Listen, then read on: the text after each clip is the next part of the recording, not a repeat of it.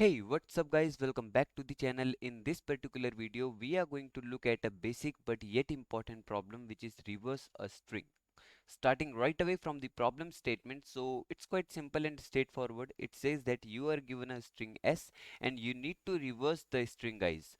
One example is given here. We have a string geeks and you can see the output here. The output is the reverse of the given string. What exactly is reverse operation? So in reverse operation, guys, we change the order of characters.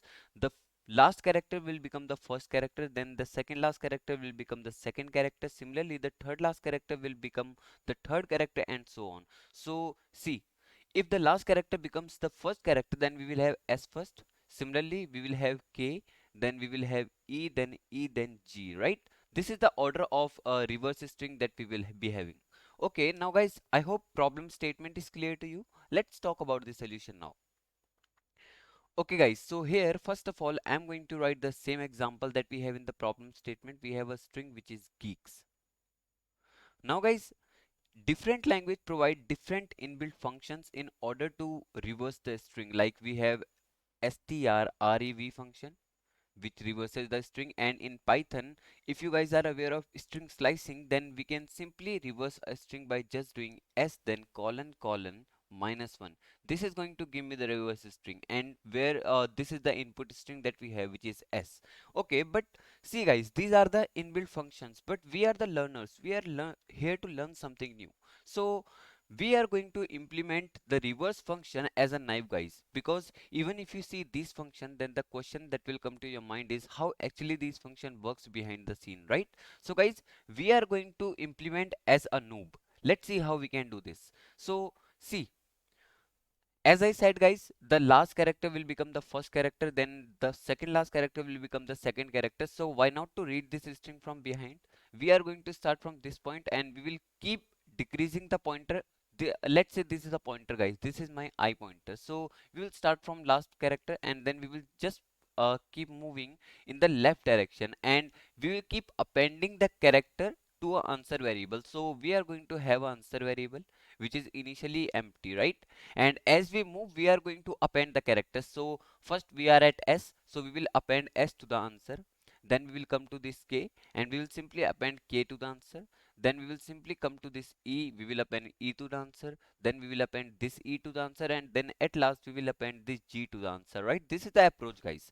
How we can do this? We can simply implement this by using a loop, guys. So I'm going to start a loop for I equals to length of this particular string. So there are multiple methods of finding the length depending on the language that you are using, right? So let me represent the length with a variable n, guys. So I'll simply write n minus 1, then I is greater than equal to 0, and I minus minus because we want to move to left direction, right? Inside this, guys, I will simply do one thing. I'll say that okay, answer plus equals to uh, s of I, right? This is what I can do, and at last I'm going to have my answer in the answer variable. So I'll simply return answer, guys. This is the approach that we can follow. Initially answer will be empty string, so answer is an empty string initially. This is the approach that we can follow in order to get the answer, guys. We are just using an extra variable in order to store the answer, right? This is the first approach that we have, and I will definitely talk about the approach, but first of all let's talk about the time complexity. So we are just running over the string one time, right? So the time complexity is going to be O of n because of this particular loop. So O of n is the time complexity, and space complexity is O of 1, guys. We are not using any extra array or data structure, right? We are just using a simple variable. So this is about the first approach. But if you are someone who is a C++ coder, then we have a very interesting approach which is independent of this variable as well. We are simply going to manipulate the given string only. But always remember, guys, strings in C++, okay, strings in Java and Python are something which are immutable, so we can't use that particular approach in like Java and Python. So now the approach that I will tell you is something which is only applicable in languages like C++, where we don't have immutable strings, right? So now let me show you the second approach that we have. Okay, so guys, see, first of all let me remove this as well so that I can get a clear string in order to explain you the approach. Okay, so now see, guys, As I said while explaining the reverse operation, that the first character becomes the, okay, the last character becomes the first character, then second last character becomes the second character, like this, right? So let me write the string here. I have GEEKS, right? So guys, I want to make the last character the first character, right? And I want to make the first character the last character. So how I can do this? I can simply perform swap operation between these two, right?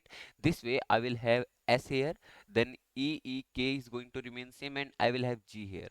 Similarly, I want to make this particular character as the second character, right? And I want to make this particular character as the second last character, so I can again swap them. So this way I will have, okay, S here, then I will have K, then E, then E will come here and G will come here, right? And now we are left with only one character, so our task is done, guys. This is the reverse string that we have. So this is again another approach that we can follow, guys. And this approach is very similar to reversing the array approach, where we move to every element and then we just keep swapping the elements, right? So what we can do is, we can start two pointers. The first pointer will start from the first position, where I have like I equals to 0 and j equals to n minus 1 here. And while my I is smaller than j, I'll keep swapping the element. So I'll say that, okay, swap s of I and s of j. And if I keep performing this operation and I do I plus plus and j minus minus again and again, so I will have my task done. At the end, my string itself will be storing the answer. So I just need to return s, guys. This is what we can do, and this is something which is independent of the answer variable. I don't need to store like the answer in a separate variable. I'm going to have answer in my same string only. So this is again another approach that we can follow. But again, the same thing, guys. String is something which is mutable in C++ but immutable in Java and Python. So we will prefer the previous solution only, because in the previous solution we have something which is like, the solution was something which was independent of the mutable or immutable string, right? So guys, now let me show you the implementation of the approach. So here is the implementation, guys. You can see that we are using a simple answer variable, then we are just iterating over the string from behind, and then we are simply appending the character to the answer, and at last we are going to have reverse string in the answer variable. Similarly in Java, guys, in Java we have something different. As we have immutable string, so we use something which is string buffer class, or we can use a string builder class, but here I am using string buffer class.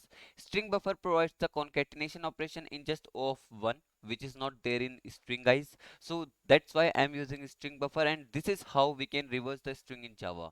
And talking about Python, so this is how we are going to implement in Python, guys. I hope now everything related to this particular concept is clear to you. This is all about this video, guys. Thank you.